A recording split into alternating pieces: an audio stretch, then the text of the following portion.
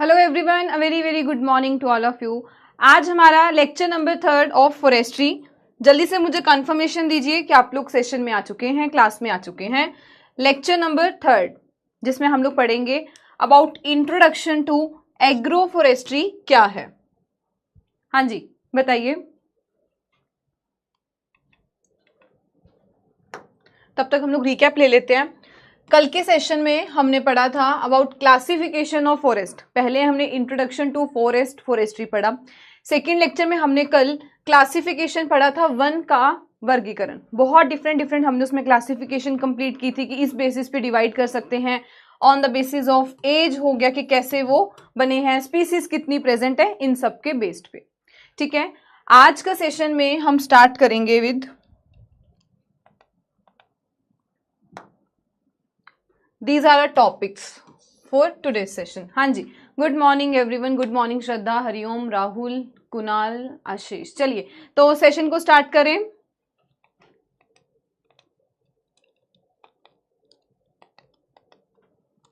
हाँ जी बताइए। Good morning Shubham, त्याग। चलिए हाँ जी, तो चलिए आज के जो हमारे टॉपिक्स रहेंगे सेशन के, पहला है इंट्रोडक्शन टू एग्रो फॉरेस्ट्री। और ये टॉपिक अगर आप किसी भी रिटन एग्जामिनेशन में भी बैठ रहे हैं तो ये हमारे लिए बहुत ज्यादा इंपॉर्टेंट टॉपिक बनते हैं। पहला है कृषि वानिकी का परिचय। सेकंड हम लोग पढ़ेंगे इसकी इंपॉर्टेंस क्या है, क्यों हम लोग इतना स्ट्रेस दे रहे हैं, क्यों सरकार भी एग्रो फॉरेस्ट्री के लिए प्रमोट कर रही है कि हाँ हमें एग्रो फॉरेस्ट्री करनी चाहिए, क्या उसका रीजन है, महत्व क्या है। थर्ड हम लोग पढ़ेंगे कुछ कंपोनेंट्स, क्या क्या इसमें इन्वॉल्व होते हैं, क्या क्या इसके कंपोनेंट्स हैं, तो घटक। देन आते हैं बेनिफिट्स क्या है, हमें क्या लाभ रहेंगे एग्रो फॉरेस्ट्री के, ऑब्जेक्टिव्स क्या है, उद्देश्य, और एंड होगा कि कुछ ट्रेडिशनल कि हम लोग पहले जो है वो कैसे इसमें यूज करते थे, भारत में पारंपरिक कृषि वानिकी प्रणाली क्या थी। ठीक है, यहां तक स्टार्ट करें। हाँ जी शुरू करते हैं, बिल्कुल शुरू करते हैं। कल के सेशन में किसी को कोई डाउट हो, लास्ट सेशन में कोई डाउट किसी का?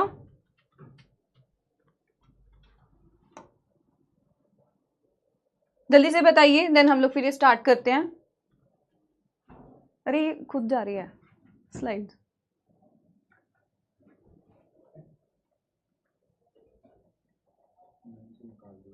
हाँ हाँ जी, तो स्टार्ट करते हैं सेशन को। नो डाउट, ठीक है जी, ओके जी, ओके, नमस्ते, गुड मॉर्निंग। चलिए तो स्टार्ट करते हैं। पहले हमारे पास आता है एग्रो फॉरेस्ट्री। ये है क्या चीज? पहली बात तो हमें पता है कि एग्रो, अगर हम इसकी बाइफरकेशन करते हैं, यानी कि ये दो वर्ड्स को अगर हम लोग अलग अलग करके देखते हैं कि क्या इसका मतलब बनता है, यानी कि एग्रीकल्चर प्लस फॉरेस्ट्री को हम लोग जोड़ रहे हैं। ठीक है, तो एग्रो फॉरेस्ट्री या कृषि वानिकी ये क्या है? ये एक सस्टेनेबल मेथड है, यानी कि सिर्फ आज का नहीं, हम इसको लंबे समय तक जो है अपने फ्यूचर जनरेशंस को भी प्रोवाइड कर सकते हैं। तो ये कि ऐसे तरीके से लैंड मैनेजमेंट है कि हम कैसे अपनी जमीन को सही तरीके से यूज कर सकते हैं। So this is a sustainable land use system, जहां पर हम लोग क्या क्या इसके किस किस कंपोनेंट को हम लोग यूज कर रहे हैं, एग्रीकल्चर और फॉरेस्ट्री, यानी कि फॉरेस्ट्री के हमने ले लिए ट्रीज और श्रब्स, और एग्रीकल्चर अलॉन्ग विद, यहां से एग्रीकल्चर से हमने क्रॉप्स। और हमें पता है कि agriculture is not only about crops, हम लोग क्रॉप्स के साथ साथ लाइफ स्टॉक के बारे भी उसमें बात करते हैं एग्रीकल्चर में। ठीक है, तो यहां पर हम लोग एक लैंड यूज सस्टेनेबल तरीके से हम अपनी जमीन का सही यूज कर रहे हैं, जिसमें हम लोग एक ही जगह पर पेड़, श्रब्स ये भी लगा रहे हैं, और साथ ही साथ वहीं पे हम लोग अपनी क्रॉप्स जो हैं अलॉन्ग विद कुछ अगर लाइफ स्टॉक हो हमारे पास तो बिल्कुल हम उसको भी यूज कर सकते हैं। ठीक है, सेम यूनिट ऑफ लैंड पे हमें लगाना है। हो सकता है इकट्ठे एक ही समय पे, या फिर मैं एक सिंक में जो है उसे लेके चल रही हूँ सिक्वेंशली, ताकि एक ही ऑब्जेक्टिव है कि मुझे उस जगह की प्रोडक्टिविटी को भी और इकोलॉजिकल जो हेल्थ है उन दोनों पर काम करना है। ठीक है, तो ये था हमारा एक इंट्रोडक्शन कृषि वानिकी क्या है। अच्छा कुछ क्वेश्चंस, ठीक है जी, नेक्स्ट सेशन में मैं आपसे कुछ क्वेश्चंस पूछूंगी। ठीक है, इसीलिए वैसे मैं आपको at the end of session में पूछ लेती हूँ जो भी हमने उस टाइम पे पढ़ा होता है। जैसे आज के सेशन के एंड पे हम लोग 4-5 क्वेश्चंस करेंगे आज के सेशन का, ठीक है। कोई बात नहीं, मैं कल से आपके लिए लास्ट सेशन का भी पूछ लूंगी। तो स्टार्ट यहीं वापस आते हैं। एग्रो फॉरेस्ट्री क्या होती है हमने समझ लिया, एग्रीकल्चर और फॉरेस्ट्री को हम लोग इंटीग्रेट कर रहे हैं। अब आते हैं कि इसके कुछ की कैरेक्टरिस्टिक्स अगर हम लोग पढ़ते हैं कि क्या क्या है, यानी कि कुछ प्रमुख इसकी विशेषताएं पता लग जाएं भी क्या क्या हम इसमें इन्वॉल्व करते हैं। तो यहाँ पे देखिए क्या इसकी की कैरेक्टरिस्टिक है। तो पहली बात तो ये है कि ये एक इंटेंशनल डिजाइन है, यानी कि ऐसा नहीं है ये हमने जानबूझकर ऐसा डिजाइन बना रहे हैं ताकि एक दूसरे से हम लोग जो है अपनी मेन जो लैंड है उसको कैसे सही तरीके से यूज कर सकते हैं। तो यहाँ पे ये एक इंटेंशनल डिजाइन है, यानी कि जानबूझकर ये डिजाइन हम लोग इस पे काम कर रहे हैं।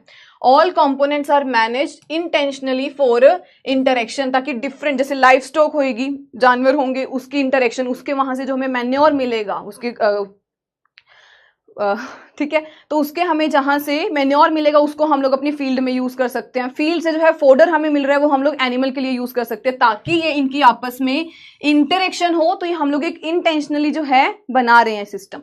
सेकंड आता है साइनर्जिस्टिक, या कहें तो जो एक का बेनिफिट, यानी कि बेनिफिट फ्रॉम पॉजिटिव इंटरेक्शन जो हमें देखने को मिलेगा। वही बात जो भी मैं आपको बता रही थी कि ट्रीज जो है वो फिक्स करेगी नाइट्रोजन को और उससे और रिड्यूस करेगी हमारी विंड की डैमेज को। यहाँ पे अगर कोई विंड आ रही है उससे क्या होगा, wind as a break, wind breaker की तरह ये एक्ट करेगा, ठीक है। और सेकंड थर्ड पॉइंट क्या आता है कि इससे हम लोग अल्टीमेटली एक सस्टेनेबल मॉडल की तरफ जा रहे हैं, यानी कि लॉन्ग टर्म जो सस्टेनेबिलिटी है उसको मेंटेन करने में ये हेल्प करेगा, ठीक है। तो ये सॉइल का फर्टिलिटी भी उसको भी इंप्रूव करेगा, वाटर यूज एफिशिएंसी को भी बढ़ाएगा, और जो उस एरिया का छोटा सा माइक्रो क्लाइमेट एक बड़ा हो गया। जब आप जहां रह रहे हो आपके वहां का माइक्रो क्लाइमेट कैसा है उसी पे डिपेंड करेगा कि आप लोगों की सोच कैसी होगी, आप लोग कुछ अच्छा सोच पाओगे या फिर वही एक नेगेटिव चीजों की तरफ ही घुसे रहोगे, ठीक है। इसी तरीके से अगर एक प्लांट जहां पर उग रहा है उसका माइक्रो क्लाइमेट कैसा, अगर वो उसका पॉजिटिव होगा तो अल्टीमेटली वो हमारा लंबे समय तक जो है लॉन्ग टर्म उसकी सस्टेनेबिलिटी भी रहेगी और हमें उसके रिजल्ट्स जो हैं वो भी अच्छे देखने को मिलेंगे। तो ये था हमारा कुछ की कैरेक्टरिस्टिक की अगर हम लोग बात करते हैं कि क्या क्या है, ठीक है। हाँ बिल्कुल आदित्य, साइनर्जिस्टिक का मतलब ये होता है सिंक में चलना, यानी कि एक का बेनिफिट हमें दूसरे के साथ पॉजिटिव इंटरेक्शन जब हमें देखने को मिलती है, ठीक है। ये हमारे कुछ की कैरेक्टरिस्टिक थे एग्रो फॉरेस्ट्री में क्या क्या है। अब आता है इंपॉर्टेंस, समझ लेते हैं कि इसकी महत्व क्या है, क्यों हम इस पे इतना फोकस कर रहे हैं एग्रो फॉरेस्ट्री पे। तो इंपॉर्टेंस की अगर बात करते हैं, एक हम डिवाइड करेंगे इन्वायरमेंटल इंपॉर्टेंस, उस एस्पेक्ट से सोचेंगे कि कृषि वानिकी का क्या महत्व है, और दूसरा हम लोग समझेंगे कि इसका इकोनॉमिक और हमें सोशल इंपॉर्टेंस, यानी कि आर्थिक और हमें सामाजिक महत्व, हमें क्यों इस पे हम लोग फोकस कर रहे हैं। तो पहला आता है, इससे अगर हम लोग इन्वायरमेंटल की बात करते हैं, एक जब मैं कुछ भी वहां पे नहीं लगा रही हूं और एक जब मैं वहां पर एग्रो फॉरेस्ट्री के लिए जा रही हूं, तो उससे क्या होगा, सबसे बड़ी जहां पे हमने कल भी बात की थी लैंडस्लाइड, सॉइल इरोजन की प्रॉब्लम बहुत ज्यादा देखने को मिलती है। तो इससे अगर हम लोग एग्रो फॉरेस्ट्री कर रहे हैं, यही प्रॉब्लम को हम लोग वहां पर रिड्यूस कर रहे हैं, यानी कि सॉइल की इरोजन को हम लोग जो है स्लोप्स पर रिड्यूस कर सकते हैं। और ड्राई लैंड्स में कैसे हो रही है वो, क्योंकि अगर हमारे प्लांट होंगे, ट्रीज होंगे वहां पर, तो वहां पर उसकी जो बाइंडिंग होगी अच्छी तरीके से, वो रूट्स की बाइंडिंग सॉइल के साथ उसको आराम से जोड़ के रखेगी, ठीक है। सेकंड आता है कार्बन सेस्क्यूटेशन, ये भी आपको बताया था। सेस्क्यूटेशन का मतलब क्या होता है कि कार्बन सिंक की तरह एक्ट करती है, कि कार्बन डाइऑक्साइड को वो एब्जॉर्ब करने में हेल्प करेगी। क्योंकि अगर आपने आजकल पता होगा तो आजकल ये कार्बन क्रेडिट भी मिलने लग गया, भी आप लोग कितना कम जो है कार्बन डाइऑक्साइड जो है प्रोड्यूस कर रहे हो, जैसे फैक्ट्रीज को मिलता है ये सब। तो यहाँ पे जब हमारे पास फॉरेस्ट होगा, हम लोग एग्रो फॉरेस्ट्री कर रहे हैं, तो वहां पे क्या होगा, वो हमारी कार्बन डाइऑक्साइड को एब्जॉर्ब करने में हेल्प करेगा, ठीक है। थर्ड आता है वही बात कि वहां पे माइक्रो क्लाइमेट जो होगा वो इंप्रूव होगा, वहां पे बायोडाइवर्सिटी इंप्रूव होगी, ये लिखा कि इसी के साथ, क्योंकि अगर हमारा माइक्रो क्लाइमेट अच्छा है, यानी कि वहां पे एनिमल्स जो है वो भी, उसकी डाइवर्सिटी हमें बहुत ज्यादा देखने को मिल रही है, डिफरेंट हमें वहां पे स्पीसीज देखने को मिलेगी, शेड, लोअर इवेपोट्रांसपिरेशन, ये अच्छा हमें देखने को मिलेगा। एनकरेज बायोडाइवर्सिटी को कैसे एनकरेज कर रहा है वो, थ्रू हैबिटेट प्रिजर्वेशन, यानी कि अल्टीमेटली हम लोग कह सकते हैं, जैसे आजकल हम कहते नहीं है कि ये चिड़िया वगैरह हमारे घर पे अगर बनती है तो हम लोग फटाफट इसका घोंसला भी हमारे घर पे ना बने, पर देखने में सबको अच्छी लगती है, तो इनको भी तो अपना हैबिटेट चाहिए ना, कि कहीं इनको भी अपनी एक सेफ जगह भी, जब ये भी अपना बच्चा दे रही है, एक सेफ जगह हो जहां पर अपना ये घर बना सके। तो ये जो एग्रोफोरेस्ट्री होगी ये इसकी हमें क्रॉप्स देने के साथ साथ ये एक बायोडाइवर्सिटी की भी प्रिजर्वेशन करने में हेल्प करेगी। कैसे? उनको हैबिटेट जो है एक अच्छा घर देके वो हमारी इसमें हेल्प करेगी, क्योंकि अल्टीमेटली हमें ये भी तो काउंट दिखाना है कि इंडिया में कितनी बायोडाइवर्सिटी है, कितने अलग अलग तरह की जो है स्पीसीज यहां पर प्रेजेंट है। नेक्स्ट हमारे पास आता है इकोनॉमिक एंड सोशल इश्यूज के बारे में। अगर सोचें कि आर्थिक और सामाजिक महत्व क्या है, क्यों फोकस कर रहे हैं, अगर सिंपली बिना पढ़े अगर हम लोग एक दो पॉइंट देखते हैं तो सबसे बड़ी बात क्या आती है कि फार्मर का एक तो रिस्क रुक जाता है। इन केस कभी ऐसा होता है कि कोई प्रॉब्लम आई, कोई अटैक आया जिस कारण से उसकी क्रॉप खराब होगी, तो फार्मर घबराएगा, बट उसके पास फिर भी एक चीज होगी कि यार फिर भी अगर मेरी वो चीज नहीं चली तो मैं दूसरी जगह से थोड़ा सा जो पैसा है वो जनरेट कर सकता हूं। ठीक है।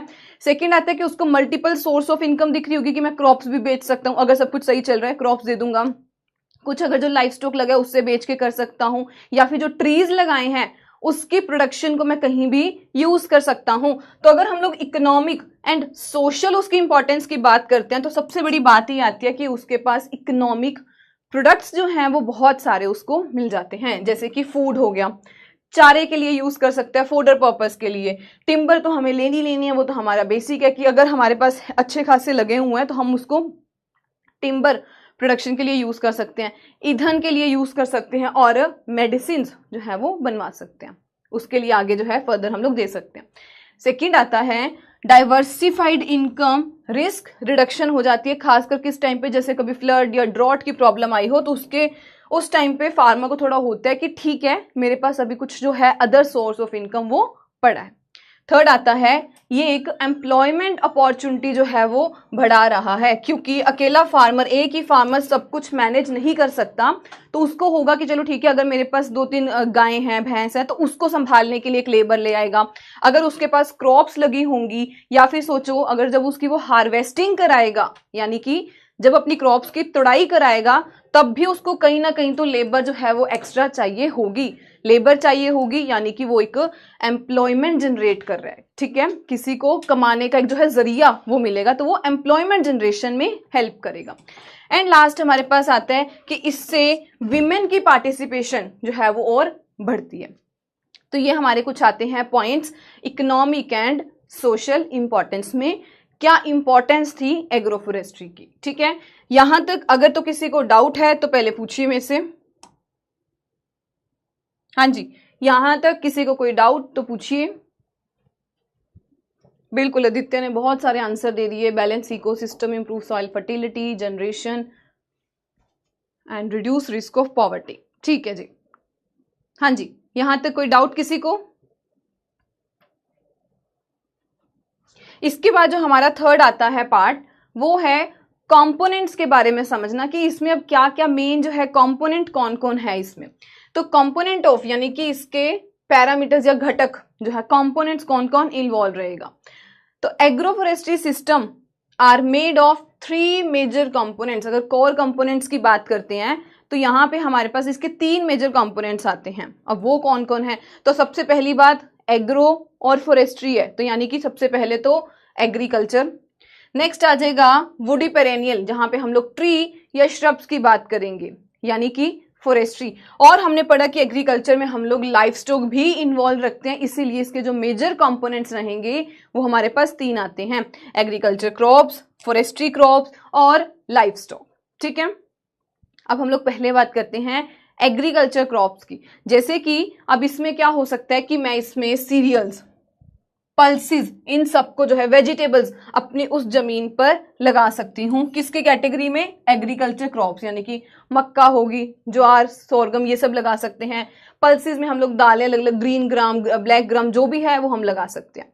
और इसमें हम लोग और क्या आता है कि हम इसमें थोड़ा देखते हैं कि शॉर्ट ड्यूरेशन की और सीजनल क्रॉप्स को ज्यादा प्रेफर किया जाता है। ये ऐसे अगर जो होती है ना क्रॉप जिनको साल साल लग जाता है, लाइक शुगर केन होगी सबसे बड़ी एग्जाम्पल, तो ऐसी क्रॉप्स को हम लोग अवॉइड करते हैं। थोड़ी छोटी जनरेशन हो जिसकी ड्यूरेशन कम हो और उसी टाइम, उसी पर्टिकुलर टाइम पीरियड की हो, ताकि थोड़ी टाइम लगे, उसके बाद हम उसको बेच दें, जितना हमें उसका मुनाफा मिल रहा है, फायदा मिल रहा है, हम अगली चीज पे उसको इन्वेस्ट कर लें। ठीक है, तो यहाँ पे शॉर्ट ड्यूरेशन और ऐसी हम लोग क्रॉप जो सीजनल क्रॉप्स को ज्यादा प्रेफर करते हैं। सेकेंड हमारे पास आता है वुडी पेरेनियल्स। अब ये वुडी पेरेनियल्स यानी कि फॉरेस्ट्री क्रॉप्स की हम लोग बात कर रहे हैं, तो उसको हम लोग मल्टीपर्पज ट्री, जो भी हमारा मन करता है हम उस ट्री को जो है वो लगा सकते हैं। जैसे कि हो सकता है मेरे को हो कि आजकल फ्यूल वुड की बहुत डिमांड है, तो मैं कोई ऐसे पेड़ लगाती हूँ जो मेरे को ईंधन दे, या फिर टिम्बर, या फिर मेरे को लगता है कि मेरे एरिया में यहाँ पर छाया, शेड, क्योंकि बहुत ज्यादा अगर तीखी धूप है या फिर विंड ब्रेक की तरह एक्ट करवाना है, तो ऐसे पर्टिकुलर ट्रीज को मैं सिलेक्ट कर सकती हूँ अपने एरिया में।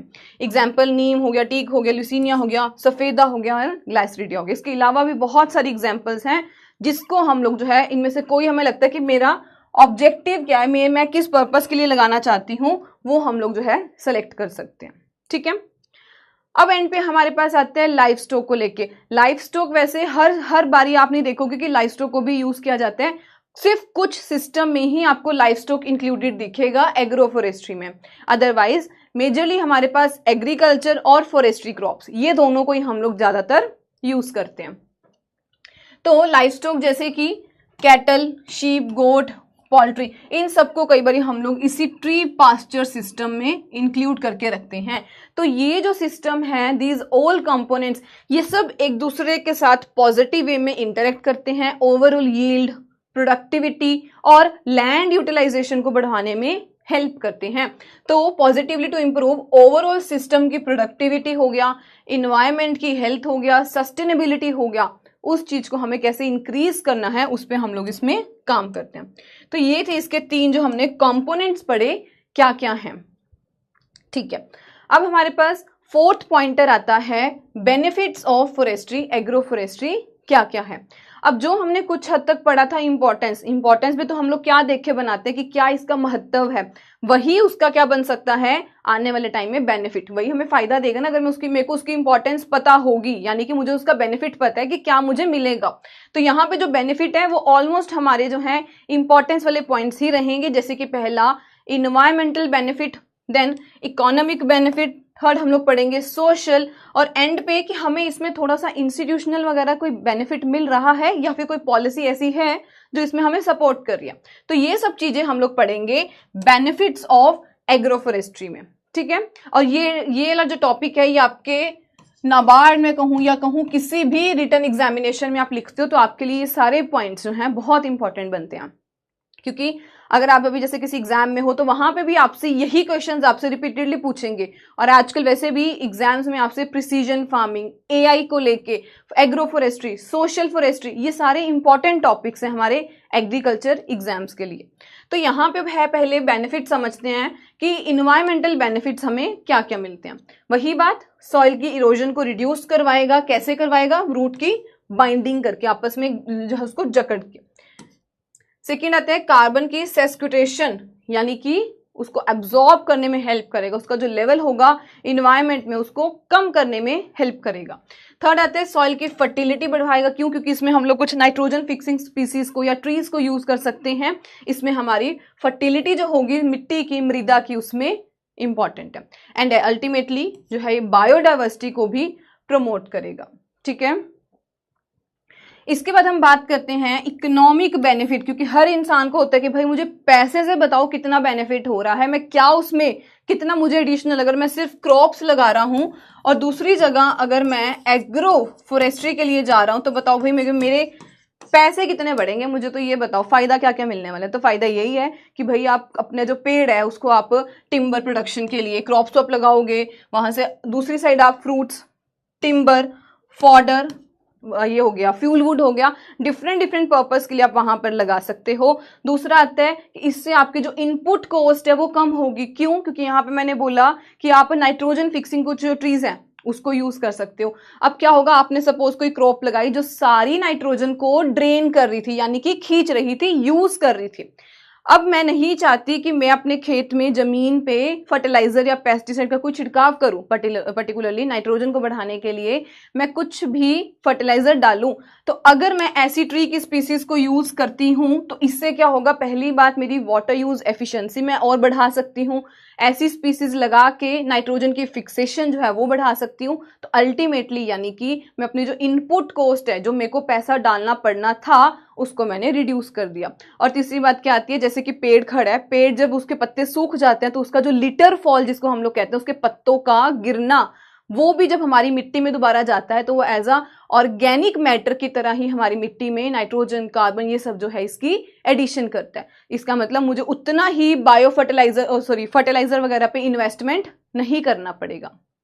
वही लिखा है कि इससे हमारा इनपुट कॉस्ट जो होता है वो भी कम होता है, लेस फर्टिलाइजर, लेस इरिगेशन, क्योंकि यहाँ पे हम लोग मल्चिंग वगैरह पे ज्यादा फोकस करते हैं। और थर्ड पॉइंट आता है कि ये हमारे एक रिस्क बफर, यानी कि एक हमारे पास एक वो रहता है, प्लस पॉइंट रहते हैं कि चलो इन केस ऑफ फेलियर, अगर क्रॉप फेलियर हो गई तो फिर भी मेरे पास कुछ जो है ये ट्रीज हैं जिनकी मैं अगर कटिंग करके इसको बेच सकता हूं तो कुछ पैसा जो होगा वो मेरी जेब में आएगा। तो ये एज अ रिस्क बफर, यानी कि उसको कम करने में, रिस्क को कम करने में हेल्प करता है।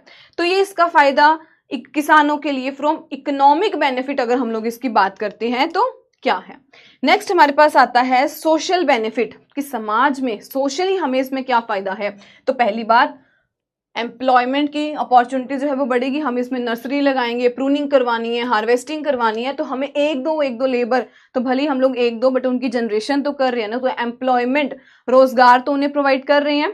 बिल्कुल ये इंप्रूव करता है रूरल रेजिलियंस, यानी कि गांव। तो कभी ऐसा कोई अगर डिफिकल्ट टाइम आता है गांव वाले लोगों के लिए, यानी कि कोई भी ऐसी डिफिकल्टी आती है, जैसे कि हो सकता है कोई नेचुरल कैलेमिटी आ जाए, उस टाइम पे इनको एक फूड सिक्योरिटी इंश्योर करना और उनका ये जो रिस्क है उसको कम करने में भी ये हेल्प करता है। और थर्ड हमारे पास आता है स्मॉल मार्जिनल फार्मर की, जहां पे उनकी डिग्रेडेड लैंड है, जो खराब लैंड है, वहां पे अगर ये लगाते हैं तो एग्रोफोरेस्ट्री ट्रीज ऑलमोस्ट जो है वो ऐसी जगह पर चल जाते हैं, तो उनको इस चीज का बेनिफिट रहेगा। ये था हमारे पॉइंट्स 3 फ्रॉम सोशल बेनिफिट से अगर हम लोग बात करते हैं, ठीक है। यानी कि मतलब कि उसको वहां से उसको उस टाइम पे संभालना, किसान को कैसे संभालना अगर ऐसा कुछ प्रॉब्लम आती है, और उसको रिकवर कराने में हेल्प करते हैं। फोर्थ हमारे पास आता है कि कोई इंस्टीट्यूशन है या पॉलिसी है जो इसमें हेल्प करती है, तो बिल्कुल नेशनल एग्रोफोरेस्ट्री पॉलिसी जो कि 2014 में आई थी, और इन्हें सपोर्ट मिलती है, सपोर्ट फ्रॉम ICAR इक्रिप, जो कि एग्रोफोरेस्ट्री पे काम करते हैं। तो वो इनकी प्रॉपर इस पे अगर और रिसर्च वगैरह करनी होती है, कोई भी इंप्रूवमेंट लानी होती है, तो बिल्कुल इक्रिप है हमारे पास। और कुछ क्या आते हैं, स्टेट स्पेसिफिक मॉडल्स भी होते हैं, जैसे कि अलग अलग जो यूनिवर्सिटीज हैं वो अपने मॉडल्स निकालती है, ताकि हम अपने एरिया के जो फार्मर्स हैं उनको एग्रोफोरेस्ट्री के लिए कैसे जो है हेल्प कर सके, मोटिवेट कर सके और प्रमोट करवा सके एग्रोफोरेस्ट्री को, ठीक है। ये हमारे थे अभी तक बेनिफिट जो हमने पढ़े हैं एग्रोफोरेस्ट्री के। अब आते हैं कि क्या ओवरऑल वर्ल्ड में भी कुछ इंपॉर्टेंस चल रही है, तो बिल्कुल एग्रोफोरेस्ट्री को लेके सिर्फ इंडिया ही नहीं, ऑलमोस्ट जो सब लोग हैं वो अवेयर हैं कि अब हमें थोड़ा बहुत एग्रोफोरेस्ट्री पे फोकस करना है। तो यहाँ पे एग्रोफोरेस्ट्री को क्लाइमेट स्मार्ट एग्रीकल्चर का सोल्यूशन ये नाम दिया गया, कि भाई ये एक क्लाइमेट स्मार्ट एग्रीकल्चर सोल्यूशन है हमारे पास। पहली बात तो अगर एक कोई रिस्क आता भी तो दूसरी जगह से वो थोड़ा बहुत अपना बचा सकता है, साथ ही साथ ये सस्टेनेबल मॉडल है। तीसरा बायोडाइवर्सिटी को, क्योंकि जैसे मैंने अभी आपको बात बताई कि सबको चिड़ियां देखना पसंद है, पर अपने घर में अगर बन जाए घोंसला तो होता है यार ऐसे गंद मचेगा, वो एक एक दाना लेके आएगी, ऐसे करके करेगी तो गंद मचेगा। तो ये जो है यहाँ पे हम लोग बायोडाइवर्सिटी को कैसे प्रमोट कर रहे हैं उसके लिए बेनिफिट है, इसीलिए इसको नाम क्या दिया गया है कि क्लाइमेट स्मार्ट एग्रीकल्चर सोल्यूशन है ये, and is aligned with India's commitment अंदर। तो यहाँ इंडिया के कुछ गोल्स चल रहे हैं, जैसे कि सस्टेनेबल डेवलपमेंट गोल 13, उस पर हमने बहुत फोकस किया है क्लाइमेट एक्शन में, पर्टिकुलरली एग्रोफोरेस्ट्री का नाम दिया होता है कि भाई इसे प्रमोशन करनी है, इसको प्रमोट करना है, प्रमोशन करनी है। और प्रमोशन पता है कैसे होती है, जब आपके एग्जाम्स में ऐसे क्वेश्चन पूछते हैं ना, क्योंकि उसे पता है कि कल को ऑफिसर जो हैं वो आप लोग ही बनोगे। अगर आपके माइंड में अभी से ऐसे क्वेश्चंस डालने शुरू कर दिए, अभी आप जब उसको फेस करोगे, अपने एग्जाम में बैठ के अटेम्प्ट करोगे, देन जब आपको उसको एक्चुअल में फील्ड में जाके कुछ प्रमोशन के लिए भेजा जाएगा तो आपको पता होगा कि हाँ यार ये बेनिफिट्स हैं एग्रोफोरेस्ट्री के, ठीक है। तो ये already sustainable development goals SDG यानी कि सस्टेनेबल डेवलपमेंट गोल्स जो हमारे चल रहे हैं उसके क्लाइमेट एक्शन में भी मेंशन किया गया है, और ग्रीन इंडिया मिशन में भी इस बात पे फोकस किया गया है कि भाई एग्रोफोरेस्ट्री पे हमें फोकस करना है, एग्रो सोशल इन सब पे हमें फोकस जो है वो करना है। अब आता है कि कुछ इंस्टीट्यूशनल की क्या रिकॉग्नाइजेशन भी कब हुआ था उस चीज को समझते हैं। तो इंस्टीट्यूशनल रिकॉग्नाइजेशन जैसे अभी हमने पढ़ा कि ICR ECRIP all India coordinated improvement जो प्रोजेक्ट लाया गया, कब लाया गया था एग्रोफोरेस्ट्री पे, तो ECRIP जो था एग्रोफोरेस्ट्री पर बेसिकली लाया गया था ताकि हम लोग एक रीजन जो है डिफरेंट रीजन के मॉडल समझ सके कि यहाँ पे किसान क्या करते हैं, किसान की सोच क्या है, वो क्यों एग्रोफोरेस्ट्री पे नहीं आ रहा, उसको कैसे लेके आ सकते हैं, कैसे उसके दिमाग में बिठाया जाए कि क्या क्या इसके बेनिफिट है। इसके लिए एक ECRIP बनाया गया, all India coordinated research project. तो जो उसको 1983 में ECRIP पहला जो था एग्रोफोरेस्ट्री पे हम लोग लेके आए थे। सेकंड पॉइंट आता है 1988 में एस्टेब्लिश्ड NRCAF, ये क्या है, national research centre for agroforestry, ठीक है। तो अब इसको क्या कहते हैं, काफरी, CAFRI which is central agroforestry research institute. तो ये एस्टेब्लिश किया गया था 1988 में। सिर्फ मैंने दो ही मेंशन किए, पहला ECRIP और दूसरा NRC, ठीक है। तो national research centre of agroforestry, जिसे अब हम लोग सेंट्रल एग्रोफोरेस्ट्री रिसर्च इंस्टीट्यूट के नाम से जानते हैं, और ECRIP की full form all India coordinated research project. ये थे हमारे पॉइंट्स कि इंस्टीट्यूशनल, कोई अगर हम कहीं इंस्टीट्यूशन मेरे पास कौन सा है सिर्फ एग्रोफोरेस्ट्री को लेके, तो ये जो है उस पर काम कर रहे हैं। नेक्स्ट हमारे पास आते हैं क्लासिफिकेशन की। अगर बात करते हैं कि एग्रोफोरेस्ट्री या फॉरेस्ट्री सिस्टम अगर हम लोग पढ़ते हैं तो ओवरऑल जो है वो कैसे क्लासिफाइड है, यहां तक मुझे एक बार क्लियर कर दीजिए अगर कोई डाउट है तो, या फिर आपको सब समझ आ रहा है। हाँ जी,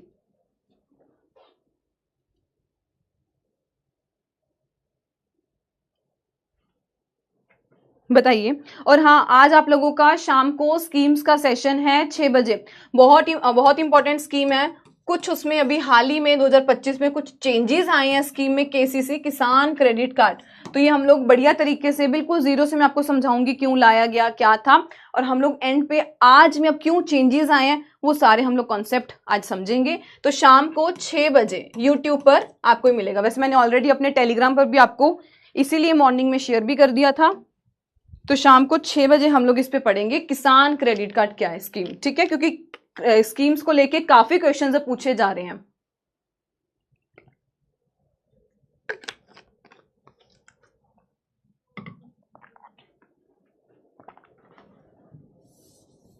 चलिए ठीक है, नो डाउट, ठीक है।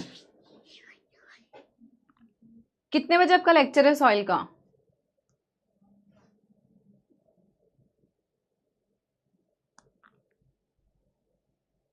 किस बैच में जा रहा है आपका सॉइल साइंस का?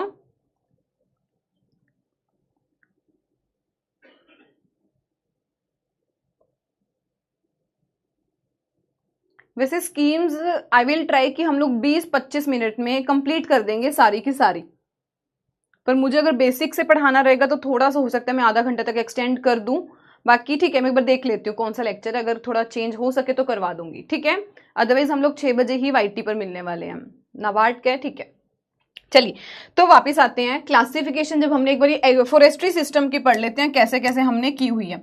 तो फॉरेस्ट्री सिस्टम में जैसे पहले हमने पढ़ा एग्रो फॉरेस्ट्री, जिसका मतलब अभी आपके पास अलग अलग मैंने फॉरेस्ट्री के दे दिए कौन कौन से हम लोग जो है इसके सिस्टम्स अलग अलग, social forestry, farm forestry, urban forestry and extension.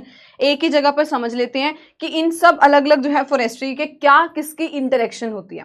Agro forestry मतलब कि हम यहाँ पर trees plus crop and livestock भी लगाते हैं। तो ये कैसी है लैंड टाइप, ये कैसी होती है, ये होती है प्राइवेट फार्म्स जो है, इसमें मतलब प्राइवेट लोग जैसे भी करना चाहते हैं तो प्राइवेट फार्म्स पर लोग जो है वो फोकस कर रहे हैं।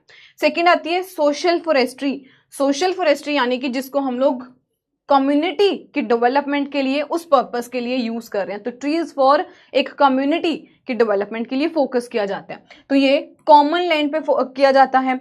फार्म फॉरेस्ट्री भी कैसा हुआ, मेरी जमीन है भाई, मैं जो मर्जी लगाऊं, तो वहां पे अगर मैं चाहती हूं मैं डिफरेंट क्रॉप्स लगा सकती हूं। तो यहाँ पे क्या है, फार्म फॉरेस्ट्री यानी कि इनकम डिफरेंट, अगर इनकम के लिए करना चाहते हो, फ्यूल हो गया, टिम्बर हो गया, तो यहाँ पर हम लोग ऐसे ट्रीज को लगाते हैं। तो ये भी प्राइवेट लैंड, फार्म फॉरेस्ट्री मेरी खुद की जमीन है, मैं जो करना चाहती हूँ वहां पर ट्रीज लगाऊं, क्रॉप्स लगाऊं, लाइव स्टॉक रखूं, वो मेरी मर्जी है, ठीक है। तो ये होगी प्राइवेट लैंड पे। फोर्थ आती है अर्बन फॉरेस्ट्री। अर्बन का मतलब ही क्या हुआ, जहां पर हम लोग सिटीज में कैसे जो है कवर, ग्रीन कवर यानी कि पेड़ पौधे, ग्रीन कवर मतलब कि पेड़ पौधे हम लोग कैसे और बढ़ाएं ताकि हरियाली दिखे हमें वहां पर, ठीक है। तो ये जो ग्रीन कवर लिखा है इसका मतलब कि बेसिकली हम यहां से हरियाली पे फोकस कर रहे हैं,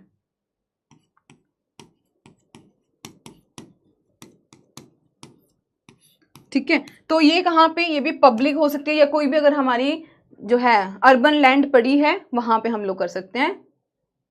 और एंड पे हमारे पास आती है एक्सटेंशन फॉरेस्ट्री, यानी कि ट्रीज जो हम लोग एक्सटेंडेड वे में लगा रहे हैं, कहां पर, रोड्स पे लगा रहे हैं, कैनाल एक्सेट्रा, इन जगहों पे हम लोग जो है कुछ पेड़ लगा रहे हैं। तो ये हम लोग कहाँ करते हैं, ये अक्सर ये मार्जिनल फार्मर या फिर जो कोई ऐसी बंजर जमीन पड़ी होती है वहां पर ये हम लोग एक्सटेंशन फॉरेस्ट्री जो है ये फॉलो करते हैं, ठीक है। तो ये एग्रो फॉरेस्ट्री के साथ इसको रिलेट मत करना, ये सिंपली क्या है कि क्लासिफिकेशन हमने फॉरेस्ट्री के कुछ सिस्टम्स की हुई है, जहां पे हम लोग फॉरेस्ट्री यानी कि हम लोग trees trees trees trees trees की बात करते हैं। तो यहाँ पे वो बताया गया कि एग्रो फॉरेस्ट्री का मतलब क्या हुआ कि हम लोग यहाँ पे trees, crop plus live stock ऐसा चल रहा है। सोशल का मतलब कि यस ऐसी जगह ट्रीज लगाना जहां पे हम लोग कम्युनिटी की डेवलपमेंट करवाना चाहते हैं। प्राइवेट या फिर फार्म फॉरेस्ट्री का मतलब कि अपने यूज के लिए जहां पे मैं पेड़ लगा रही हूँ। अर्बन यानी कि शहर में, हाँ शहर में पेड़ लगाने के लिए मैं वहां पर फॉरेस्ट्री को ऑप्ट कर रही हूँ। एक्सटेंशन मतलब कि ऐसी जगह पे मैं पेड़ लगा रही हूँ, तो यहाँ पे सिर्फ ट्रीज पे ही फोकस करना, ये एग्रो फॉरेस्ट्री में नहीं, फॉरेस्ट्री की डिफरेंट डिफरेंट क्लासिफिकेशन है, ठीक है। उसके बाद हम लोग आते हैं ऑब्जेक्टिव्स। लास्ट पे जो हमारा आता है वो आता है ऑब्जेक्टिव्स, क्या है कि इसके उद्देश्य क्या क्या है। हाँ हाँ रिकॉर्डेड मिलेगा, किसी को बैन नहीं किया, आलोक कुमार। हाँ तो ऑब्जेक्टिव्स पे आते हैं भी क्या क्या इसके उद्देश्य हैं। Improve productivity on degraded and marginal land, यानी कि जो हमारे पास या तो थोड़ी जमीन है या फिर जो हमारी बिल्कुल भी काम की जमीन है वहां पे भी अगर हम लोग लगा सकते हैं तो ये वहां पे उसकी प्रोडक्टिविटी को, इरोजन को तो कंट्रोल करेगी वहां पर अगर ये हमारा पेड़ चलता है तो वहां से हमारी प्रोडक्टिविटी जो है एक डिग्रेडेड लैंड पर वो भी होगी। सेकेंड आते हैं जो sustained food, fodder, fibre, timber और ये फ्यूलुड के लिए हम लोग इसको यूज करते हैं। एंश्योर इकोलॉजिकल बैलेंस, एक जो इकोलॉजी में जो बैलेंस है वो बना रहेगा। कैसे बना रहेगा, बिकॉज ऑफ यहाँ पर जितनी डाइवर्सिटी होगी उतना ज्यादा हमें वो जो है उसमें बैलेंस। मैं एक्चुअली इसको एक एग्जांपल देने से रिलेट कर रही थी कि जैसे हम लोग कहते हैं ना कि एक वर्किंग एनवायरनमेंट कैसा होना चाहिए, जब आपको भांत भांत के लोगों के साथ बात करने का मौका मिलता है, यानी कि डाइवर्स लोगों के साथ आपको बात करने का मौका मिलता है, तो आपको पता नहीं होता कि किसी की बात आपको किसी का आइडिया बढ़िया लग जाए या किसी के बात करने का वे या किसी की प्रॉब्लम हैंडलिंग। तो यानी कि जब हम लोग डिफरेंट लोगों से बात करते हैं तो वहां पर हमारी ही ग्रोथ होती है। सिमिलरली जब वहां पर बायोडाइवर्सिटी प्रेजेंट होगी कि वहां पर इतने, तो किसी का बेनिफिट किसी जो है अलग ट्री को मिल सकता है, किसी के लिए कोई हैबिटेट बन सकती है जगह, तो इसका मतलब एक इकोलॉजिकल जो बैलेंस है वो मेंटेन रहेगा। नेक्स्ट आते हैं सॉइल वाटर की कंजर्वेशन, वो तो हमें पता ही है वो करवाएगी। और एंड पे लिखा है क्लाइमेट से रेजिलियंस, क्योंकि आजकल जैसे ग्लोबल वार्मिंग बढ़ रही है, इतना ज्यादा हमारे टेम्परेचर में फ्लक्चुएशंस होने लगी, या तो बहुत ज्यादा बारिश होने लगी या फिर बिल्कुल ही कई बारी नहीं होती। जैसे इस साल प्रिडिक्ट कर दिया था IMD ने कि इस साल जो है बारिश बहुत ज्यादा होगी। इवन मेरा जो एरिया है वो एरिड एरिया में आता है, semi arid and arid area, तो ऐसा लगा लो वहां पे बारिश बिल्कुल भी नाम मात्र बारिश होती थी। बट इस बारी इतनी ज्यादा बारिश पड़ रही है, वो क्यों पड़ रही है, क्योंकि जो ग्लोबल वार्मिंग जो चेंजेस आ रहे हैं उस कारण से। तो ऐसे टाइम में अचानक से क्या होता है, इंसेक्ट पेस्ट का अटैक बढ़ जाता है, कुछ ऐसी ना कोई ना कोई यानी कि ऐसी प्रॉब्लम, जैसे भी पीछे क्या हुआ था, टिड्डे की प्रॉब्लम, क्रिकेट्स की जो है प्रॉब्लम आ गई थी। तो इसी प्रकार से ये हमारा क्या दिखा रहा है कि ये क्लाइमेट जो है हमारा चेंज हो रहा है। अब इसी क्लाइमेट से रेजिलिएंट यानी कि उस चेंज को अडेप्ट करने के लिए यहाँ पर एग्रो फॉरेस्ट्री जो है हमारा फायदा करती है। तो मतलब कि एनहेंस करती है क्लाइमेट से रेजिलिएंट, कि उसको रेजिलिएंट बना देती है, ठीक है, रेजिस्टेंट टाइप कहें तो रेजिलिएंट जो है उसे बना देती है for small and marginal farmer भी। इन केस ऐसा कोई पेस्ट या फिर अगर आप आजकल आप जितनी भी क्रॉप्स देखोगे तो हाल ही में भी प्रधानमंत्री मोदी ने भी ऐसे ही रिलीज की थी कुछ आई गेस 106 वैरायटीज जो कि क्लाइमेट रेजिलिएंट थी। क्यों? क्योंकि ये आज की इंपॉर्टेंस बन चुकी है। जितना क्लाइमेट चेंज हो रहा है, एकदम से गर्मी, एकदम से बहुत ठंड भी पड़ने लग जाती है या बरसात बहुत ज्यादा हो रही है, उस चीज को टैकल करने के लिए ही क्लाइमेट से रेजिलिएंट पे आज के टाइम पर बहुत ज्यादा फोकस जो है वो सरकार भी कर रही है, प्राइवेट यूनिवर्सिटी सब लोग जो हैं इस चीज पे फोकस कर रहे हैं भी ऐसी वेराइटीज लेके आओ जो कि क्लाइमेट रेजिलिएंट हो। तो जो एग्रो फॉरेस्ट्री है उसमें भी वो हेल्प करती है फार्मर्स को, ठीक है। ये हमारे थे ऑब्जेक्टिव्स के बारे में एग्रो फॉरेस्ट्री को। अब जो हमारा लास्ट सिस्टम आता है, लास्ट है, वो है topic traditional agro forestry system. समझते हैं कि क्या क्या थे। रेजिलिएंट टू क्लाइमेट, बिल्कुल, हाँ बिल्कुल कन्हैया कुमार, क्योंकि एग्रो फॉरेस्ट्री क्या है, महत्व क्या है, इंपॉर्टेंस क्या है, उसकी बेनिफिट क्या है, तो वो बात तो एक ही है ना। जब हमें टॉपिक ही क्लियर हो गया, इसका मतलब कि आपको टॉपिक ही कुछ एक्स्ट्रा क्लियर हो गया कि क्या है एग्रो फॉरेस्ट्री, क्या होती है। हम लोग एग्रीकल्चर क्रॉप्स को प्लस उसमें वहां पे फॉरेस्ट्री क्रॉप्स को लगा रहे हैं, यही हुआ। अब उसके फायदे क्या हैं, उसी पे तो हमारी आज की सारी क्लास है कि उसके फायदे क्या हैं, क्या बेनिफिट हो रहे हैं उससे, कंपोनेंट्स क्या हैं। जब हमने एक वर्ड को ब्रेक डाउन ही कर दिया कि भाई इसमें एग्रीकल्चर और फॉरेस्ट्री, तो इसके कंपोनेंट्स में भी वही बात आएगी, इसकी इंपॉर्टेंस में भी वही जा रहा है। जब हमें इन दोनों के बेनिफिट्स ही पता होंगे तो वही पॉइंट्स तो हमें लिखने हैं, ठीक है। तो बिल्कुल सारी स्लाइड्स का यही रहेगा, ठीक है। मैं एक बारी बात कर लेती हूँ, अगर टाइम 5 बजे का हो सके, क्योंकि अभी मुझे भी प्रिपेयर करना है। मेरी आज दिन की 5 क्लास है, तो मुझे भी उसमें से आधा घंटा निकाल के फटाफट पढ़ने बैठना होता है। तो मैं देख लूंगी, अगर हो पाया तो मैं 5 बजे करवा दूंगी, ठीक है। चलिए, तो एंड पे हमारे पास आता है ट्रेडिशनल, पुराने जमाने में देखते हैं कि लोग कैसे फॉलो कर रहे थे, क्या कर रहे थे। तो एक हम लोग सिस्टम अक्सर पढ़ते हैं शिफ्टिंग कल्टीवेशन, या जिसको झूम कल्टीवेशन भी कहते हैं। एक और नाम से जानते हैं, मेरे को जल्दी से कमेंट सेक्शन में बताइए कि एक और जो नाम होता है वो इसका क्या होता है, शिफ्टिंग या फिर जब हम इसे झूमिंग या झूम कल्टीवेशन के नाम से जानते हैं।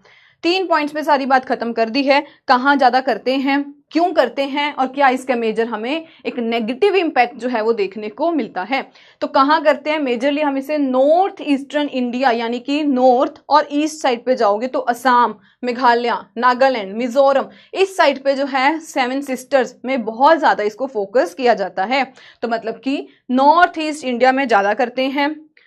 हाउ, कैसे करते हैं कि ट्रीज को लगाया होता है, वहां पे थोड़ी देर रहते हैं, देन उसकी कटिंग कर देते हैं, उसकी वहां पे जो क्रॉप्स वगैरह लगाई होती हैं, देन उसकी बर्निंग करके नई जगह पर जाके बैठ जाना। तो ये फॉरेस्ट क्लियर्ड, वहां पर क्रॉप्स लगाएंगे, देन जब क्रॉप से हमें मिल गया हार्वेस्ट वगैरह, देन उस जो है लैंड को फैलो यानी कि काट के खाली छोड़ देंगे फॉर रिकवरी, उसको जला देंगे।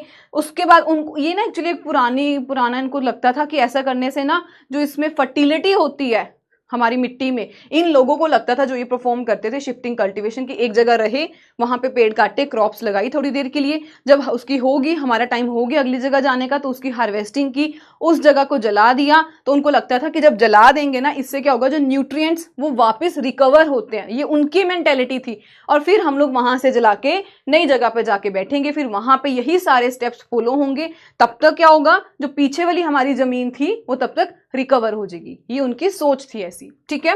तो ये ऐसे ही करते थे कि लैंड लेफ्ट देन फैलो, खाली छोड़ दिया कुछ टाइम के लिए, कुछ सालों के लिए, ताकि वो अपनी रिकवरी होती रहे। बट अब इससे दिक्कत क्या आने लगी कि हमने जो पेड़ काटे, हमने नए तो लगाए नहीं, हमने तो उसको रिकवरी के लिए छोड़ दिए।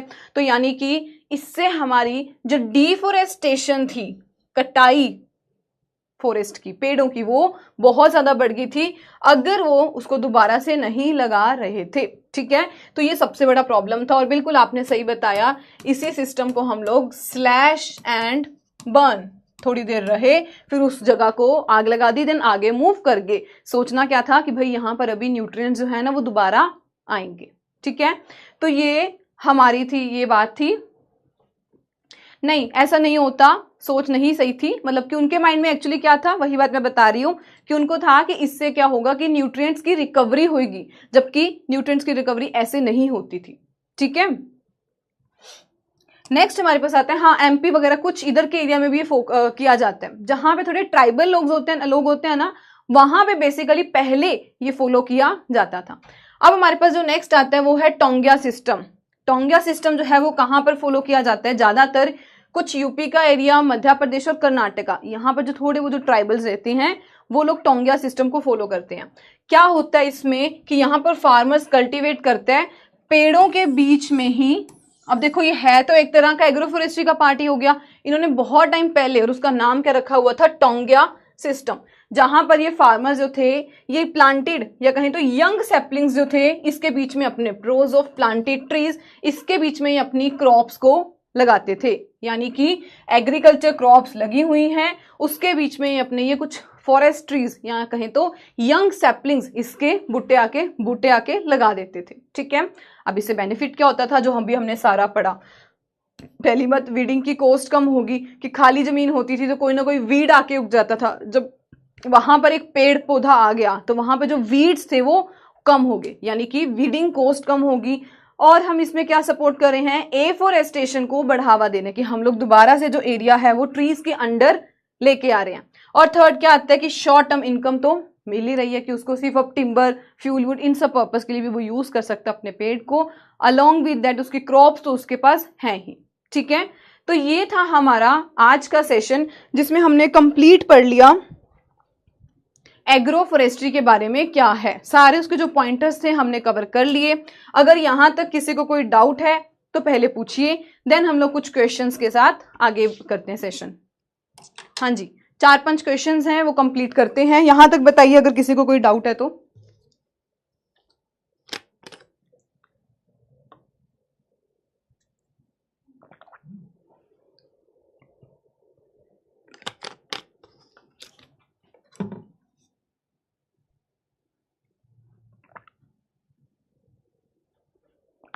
नहीं, इतना कम नहीं आता सनलाइट में। देखो यहाँ पे आप ये बताओ, ये क्रॉप्स लगी हुई है उसकी, ये क्रॉप्स है उसकी, अगर एक आध पेड़ से एक आध रो पे पेड़ लगा दे तो इतना भी ज्यादा फर्क जो है वो नहीं पड़ता, तो सनलाइट की ऐसे कोई दिक्कत नहीं आती थी। हाँ, जो बिल्कुल उसके जैसे अगर ये पेड़ लगा हुआ है इसके बिल्कुल नीचे जो प्लांट्स होंगे उसको तो थोड़ी आएगी ना, उसको तो नहीं मिलेगी सनलाइट सही से, बाकी जो ऑलमोस्ट है वो तो वैसे भी। अब सोच लो जब हम लोग ही क्रॉप्स लगाते हैं तो हम लोग क्या कहते हैं, कभी किसान के पास जाके ना बात करना तो वो कहेगा कि भाई ये जो मेरी लास्ट कॉर्नर वाली रो है ना, ये तो वैसे भी मुझे कोई यील्ड नहीं देगी, ये तो सिर्फ एक बफर के लिए मैं लगा देता हूँ कि ठीक है जब यहाँ पर हवा वगैरह आए तो ये क्रॉप, तो ये लाइन जो होगी, ये पहली लाइन तो मैं वैसे भी यूज नहीं कर सकता।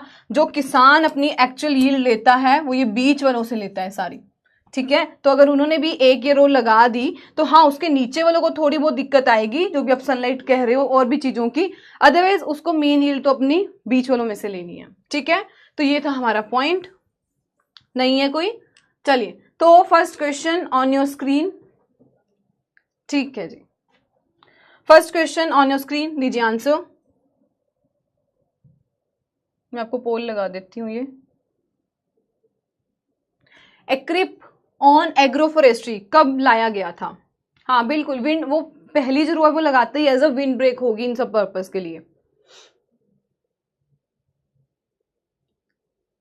एक्रिप ऑन एग्रोफोरेस्ट्री स्टार्टेड।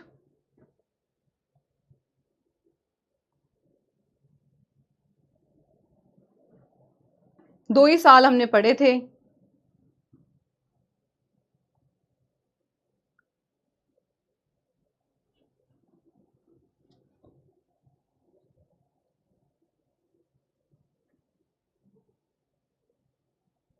हाँ जी, कृषि वानिकी पे एक्रिप किस वर्ष में शुरू किया गया था? क्या 1980 था, 1983 था, 1977 या फिर 1988?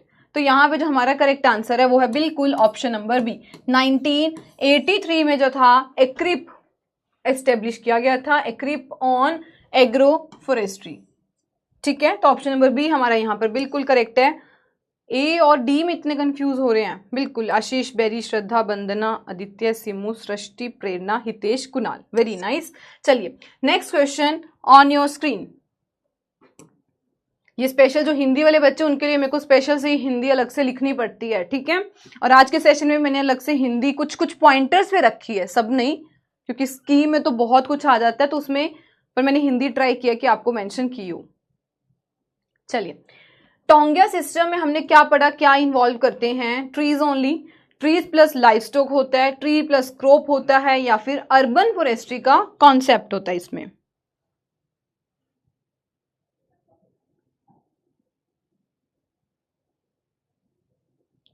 टोंगिया प्रणाली में क्या शामिल है?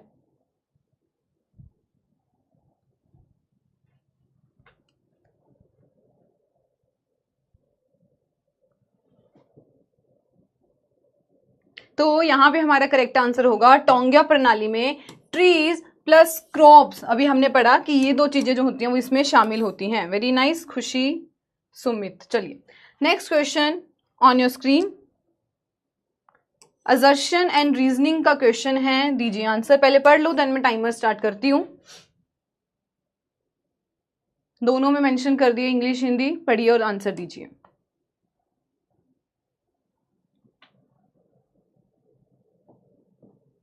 कोई बात नहीं, अगर नहीं चल रहा पोल तो आप वैसे आंसर दे दीजिए, नो वरीज। असर्शन कहता है यानी कि कथन, और वो उसका कारण क्या बता रहा है, वो क्या कारण दे रहा है, वो बताइए।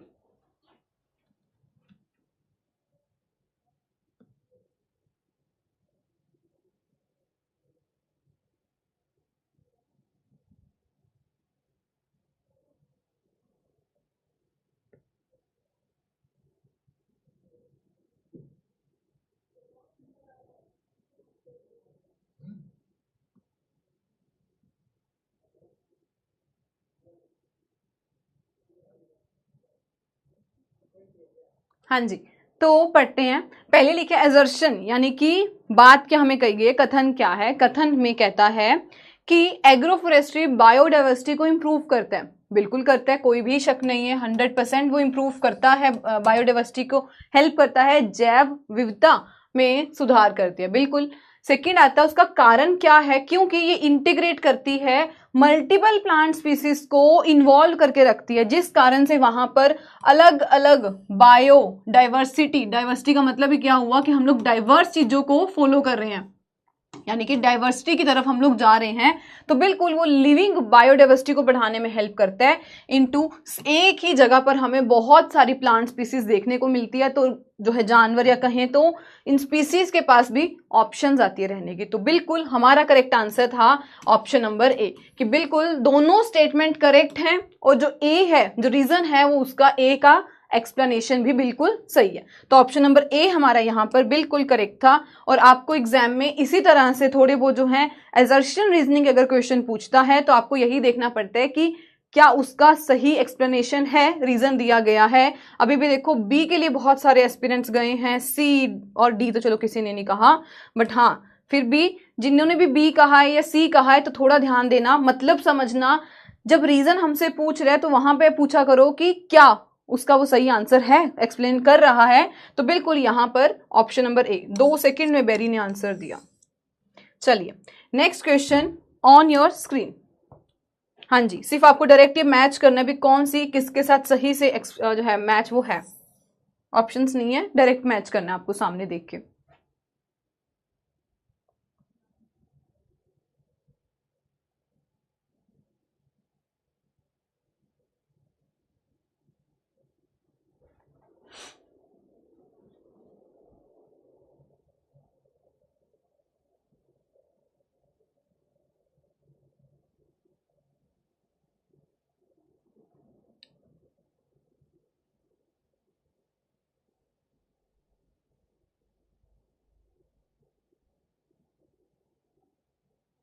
एक सेकंड, ये तो सारे ही सही लग रहे हैं।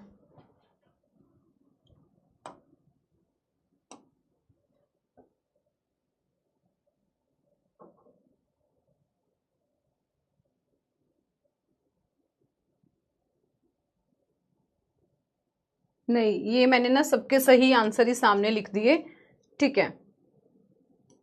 क्योंकि शिफ्टिंग कल्टीवेशन ज्यादातर हम कहाँ देखते हैं कि नॉर्थ ईस्टर्न जो स्टेट्स है वहां पर हम लोग फॉलो करते हैं, बिल्कुल। टोंगिया सिस्टम जो है, अभी हमने पढ़ा टोंगिया में हम लोग क्रॉप्स प्लस ट्रीज की इन्वॉल्वमेंट रखते हैं, बिल्कुल ठीक है। सोशल फॉरेस्ट्री हम लोग कहाँ पे फोकस करते हैं, बिल्कुल बिल्कुल ऑल आर करेक्ट है, बिल्कुल कम्युनिटी लैंड्स पे। और फार्म फॉरेस्ट्री का मतलब क्या हुआ, जब मैं अपनी जमीन पर अपनी मर्जी से जो वहां पर लगाना चाहती हूँ वो लगा रही हूँ, ठीक है। हाँ बिल्कुल सब के सब यहाँ पर करेक्ट है, तो हमारे कोई भी ऐसे करेक्ट ऑप्शन नहीं जाएगी मैं, ठीक है। तो यहाँ पे सारी ऑप्शंस हमारी करेक्ट है। चलिए इसी के साथ अगर किसी को डाउट हो तो शगुन मैम PW के नाम से आप यहाँ पर ज्वाइन कर सकते हैं।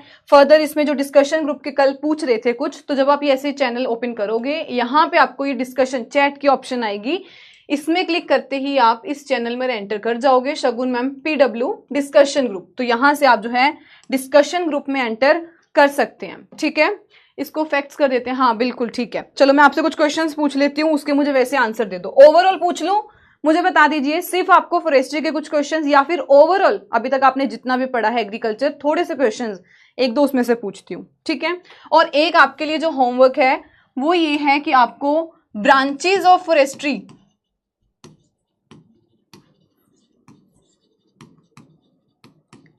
इसकी 5 जो मेजर ब्रांचेस होती हैं, सिल्वीकल्चर, सिल्वीकल्चरल सिस्टम, ये 5 इसकी ब्रांचेस हैं, वो आपको अपने नोट्स में ऐड करनी है, ब्रांचेस ऑफ फॉरेस्ट्री, ठीक है। कितने क्वेश्चन आते हैं, देखो एवरेज बेसिस पे ना इसके 2 से 3 क्वेश्चन तो मैंने देखे हैं फॉरेस्ट्री के, और आप मेरे से पूछ रहे हैं तो ओम प्रकाश मैंने इसकी एक वीडियो बना रखी है, जेनरिक वीडियो पड़ी है उस पे नेट पे यूट्यूब चैनल पर हमारे, वहां पे मैंने इसके एक जेनरिक वीडियो जिसमें मैंने सारे के सारे सब्जेक्ट्स के ओवरऑल जो है कंपैरिजन किया हुआ है, लास्ट 2 सालों का आई गेस या पिछले 4-5 सालों का, पिछले 4-5 सालों का मैंने एनालिसिस किया है कि पर सब्जेक्ट्स में से कितने कितने क्वेश्चंस आते हैं। एक बार वो वीडियो देखना, वहां पे आपको सारा क्लियर हो जाएगा कि पर सब्जेक्ट में कितने क्वेश्चंस आते हैं, ठीक है। अब जैसे क्या हो सकता है, ब्रांचेस आपके लिए इंपॉर्टेंट, एक जो क्वेश्चन पूछता है वो आपसे ट्रीज के बोटेनिकल नेम, अब इसकी मैं आपको लिस्ट प्रोवाइड कर सकती हूँ कि भाई ये इंपॉर्टेंट ट्रीज हैं, इसको याद कर लेना, क्योंकि देखो ये जो याद करने वाला काम होगा, इसका फ्लावर कलर ये बहुत पूछता है, फ्लावर कलर हो गया, ट्रीज हो गया, इवन मैंने इसकी शॉर्ट भी डाली हुई थी जिसमें मैंने 5 से 6 फॉरेस्ट ट्रीज के बोटेनिकल नेम कवर किए थे। हाल ही में मैंने एक और डाली थी जिसमें मैंने सतपति के बारे में बताया था, और बच्चों ने इतने गंदे से पॉइंट पर वहां पर शुरू हो गए कि 5 के 6 पत्तों पर, तो ये पॉइंट्स उसमें स्पेशल जो है आपको एक फ्लावर कलर पे एक मैंने पिक्चर भी डलवाई थी, क्योंकि फ्लावर कलर का जो क्वेश्चन है वो एग्जाम में हमसे पूछता है। तो फॉरेस्ट्री में 2 चीजें बहुत ज्यादा इंपॉर्टेंट जो बनेगी, पहला आपको बोटेनिकल नेम कुछ इंपॉर्टेंट इसकी कहोगे तो मैं आपको इसकी PDF जो होगी वो प्रोवाइड कर दूंगी, ट्रीज की कौन कौन से इंपॉर्टेंट है, कौन से बोटेनिकल नेम है ये, ठीक है। और साथ में इसके फ्लावर कलर पे क्वेश्चन हमसे पूछते हैं, ठीक है। हाँ मैंने वो नंबर मार्किंग वाली बना रखी है यूट्यूब पर, आप उसमें भी देखिए कि कौन कौन से जो हैं सब्जेक्ट आपके लिए मेजर इंपॉर्टेंट बनते हैं AFO के लिए, ठीक है। चलो अब आप लोगों ने यस बोला तो मैं कुछ भी क्वेश्चंस आपसे पूछती हूँ, और वो क्वेश्चन मैंने अभी हाल ही में अपने कॉन्सेप्ट ऑफ द डे में भी कवर किए हैं, ठीक है। तो देखती हूँ कितना को आप लोग वो पढ़ भी रहे हैं, क्योंकि आप लोग ये कह रहे हो ना जो पढ़ाया जाता है उससे एक बार रिकैप दे दो, तो अब ये कल आपको क्वेश्चन शेयर किए थे तो इसका अब मुझे बताइए, फर्स्ट पाइनएप्पल हाइब्रिड किसके क्रॉस से बनाई गई थी, क्रॉस बताना है इसका क्या था, पहली पाइनएप्पल एफिड, ठीक है जी, मैं आपको प्रोवाइड कर देती हूँ, 1-2 दिन में मुझे टाइम दीजिए, मैं आपको करती हूँ।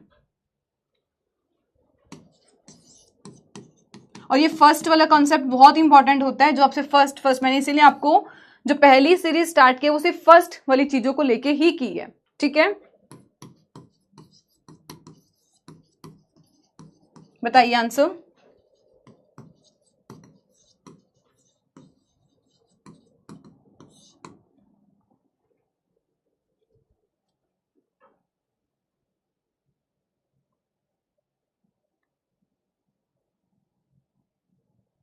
फॉरेस्ट्री में नहीं, ऊपर देखो ओम प्रकाश क्या लिखा है, ओवरऑल। चलिए 2-3 क्वेश्चंस पूछते हैं, देन फिर हम आज का सेशन वाइंड अप करते हैं, ठीक है। फर्स्ट जो पाइनएप्पल हाइब्रिड थी किसके क्रॉस से बनाई गई थी, बिल्कुल अमृता करेक्ट आंसर है, वो उस हाइब्रिड का नाम है, किसके क्रॉस से बनाई गई थी वो बताइए।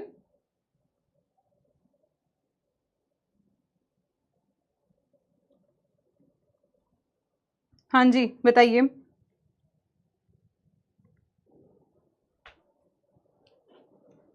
एक लास्ट क्वेश्चन और पूछती हूँ, वो है ईडियो टाइप का कॉन्सेप्ट। बहुत बढ़िया, ये एक है ईडियो टाइप कॉन्सेप्ट, हमें किसने दिया था?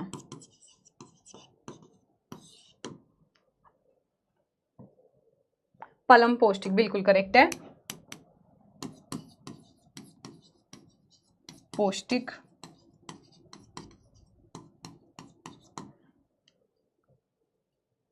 पलम पोस्टिक बिल्कुल करेक्ट है। बहुत बढ़िया। डोनाल्ड, ईडियो टाइप कॉन्सेप्ट हमें किसने दिया था? डोनाल्ड ने। ईडियो टाइप का मतलब पता है क्या होता है? ईडियो टाइप का मतलब क्या होता है? Queen to replay queen. बहुत बढ़िया, पलम पोस्टिक बिल्कुल। फर्स्ट ईडियो टाइप, जो हमने ईडियो टाइप का कॉन्सेप्ट है वो किसने दिया है?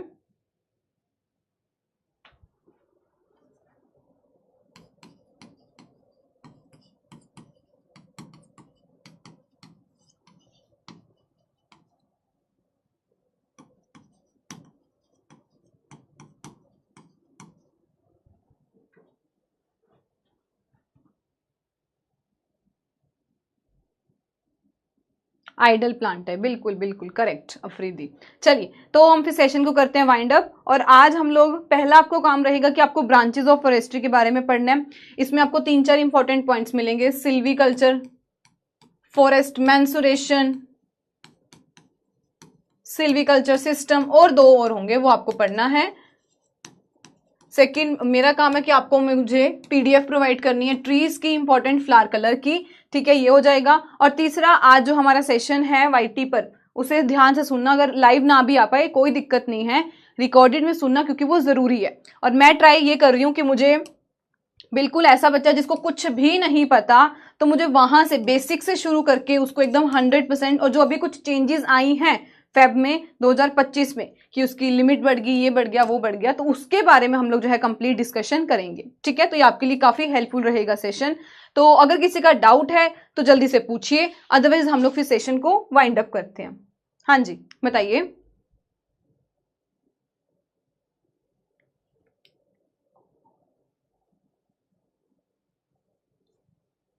अगर क्लियर है तो भी बता दो।